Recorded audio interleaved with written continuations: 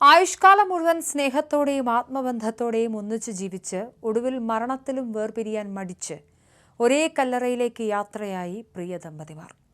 ഭർത്താവിന്റെ വേർപാടിൽ നൊമ്പരപ്പെട്ട അദ്ദേഹത്തിന്റെ ഭൗതിക ശരീരത്തിൽ അന്ത്യചുംബനം നൽകിയതിന് തൊട്ടുപിന്നാലെ ഭാര്യ കുഴഞ്ഞു വീണു മരണത്തിന് കീഴടങ്ങുകയായിരുന്നു. പാലാ പുത്തൻപള്ളിക്കുന്ന് വാഴയിൽ കുര്യൻ ജോസഫിന്റെ ഭാര്യ ഷേർലി കുര്യൻ ആണ് പ്രിയതമന്റെ വിയോഗത്തിന്റെ അതികഠിനമായ വേദന താങ്ങാനാകാതെ നിമിഷങ്ങൾക്കുള്ളിൽ മരിച്ചത്.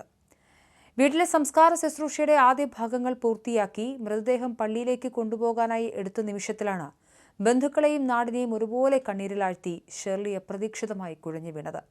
ഭർത്താവിന്റെ വേർപാടിൽ ആഴത്തിൽ ദുഃഖിച്ചിരുന്ന ഷേർലിയെ ബന്ധുക്കളും നാട്ടുകാരും ചേർന്ന് ഉടൻ തന്നെ പാലായിലെ പ്രമുഖ സ്വകാര്യ ആശുപത്രിയിൽ എത്തിച്ചെങ്കിലും ജീവൻ രക്ഷിക്കാൻ സാധിച്ചില്ല. കേരള രാഷ്ട്രീയത്തിലും പൊതുരംഗത്തും സജീവ സാന്നിധ്യമായിരുന്ന കേരള കോൺഗ്രസ് സ്റ്റിയറിംഗ് കമ്മിറ്റി അംഗവും പാലാ കൃഷിഭവൻ ഉപദേശക സമിതി അംഗവുമായ കുര്യൻ ജോസഫ് ഈ മാസം 15 ഉച്ചയോടെയാണ് വാർദ്ധക്യ സഹജമായ അസുഖങ്ങളെ തുടർന്ന് അന്തരിച്ചത്. പാലായിലെ ആദ്യകാല വ്യാപാരി കൂടിയായ ഇദ്ദേഹം സാമൂഹിക സാംസ്കാരിക മേഖലകളിൽ ഒട്ടേറെ സൗഹൃദങ്ങളുള്ള വ്യക്തിത്വമായിരുന്നു. തുടർന്ന് ഇന്നലെ രാവിലെ 11ഓടെ പാലാ പുത്തൻപള്ളിക്കുന്നിലെ വസതിയിൽ വെച്ച് സഭാപരമായ ചടങ്ങുകളോടെ ഭവനത്തിലെ അന്ത്യശുശ്രൂഷകൾ പൂർത്തിയായി.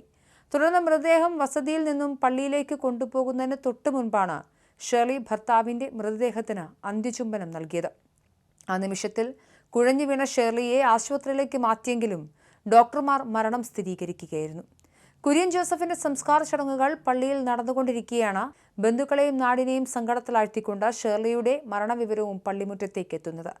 ആലപ്പുഴ എടത്തുവ പച്ചക്കാവലോ വീട്ടിൽ കുടുംബാംഗമാണ് പരേതയായ ഷേർലി. ദീർഘകാലമായി തുടർന്ന ദാമ്പത്യ ജീവിതത്തിൽ എന്നും പരസ്പരം തണലായി നിന്ന ഇരുവരും തമ്മിലുള്ള അപൂർവമായ ആത്മബന്ധമാണ് ഈ വേർപാടിലൂടെ വെളിവാകുന്നത്. ഭർത്താവിന്റെ വേർപാട് താങ്ങാൻ ഷേർലിയുടെ മനസ്സിനോ ശരീരത്തിനോ സാധിച്ചില്ലെന്നാണ് ആസന്നമായ ദുരന്തം വ്യക്തമാക്കുന്നത്.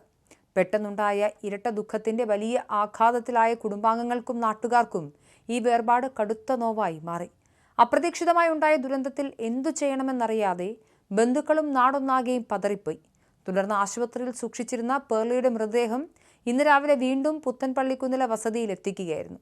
ഭവനത്തിലെ വൈകാരികമായ സഭാപരമായ ശുശ്രൂഷകൾ പൂർത്തിയാക്കിയ ശേഷം പാലാ സെന്റ് ജോർജ് ലാലം പുത്തൻപള്ളിയിലെ പ്രത്യേക കുടുംബക്കല്ലറയിൽ ഇരുവരുടെയും മൃതദേഹങ്ങൾ ഒന്നിച്ച് സംസ്കരിക്കുകയും ചെയ്തു.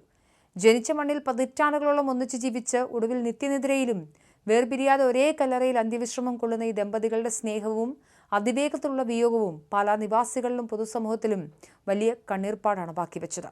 ഇവരുടെ സ്നേഹബന്ധത്തിന്റെ തീവ്രതയും അപൂർവമായ ഈ മരണവുമൊക്കെ സാക്ഷ്യപ്പെടുത്തിയ നാടൊന്നാകെ വിതുമ്പലോടെയാണ് പ്രിയ ദമ്പതികൾക്ക് അന്ത്യയാത്ര നൽകിയത്.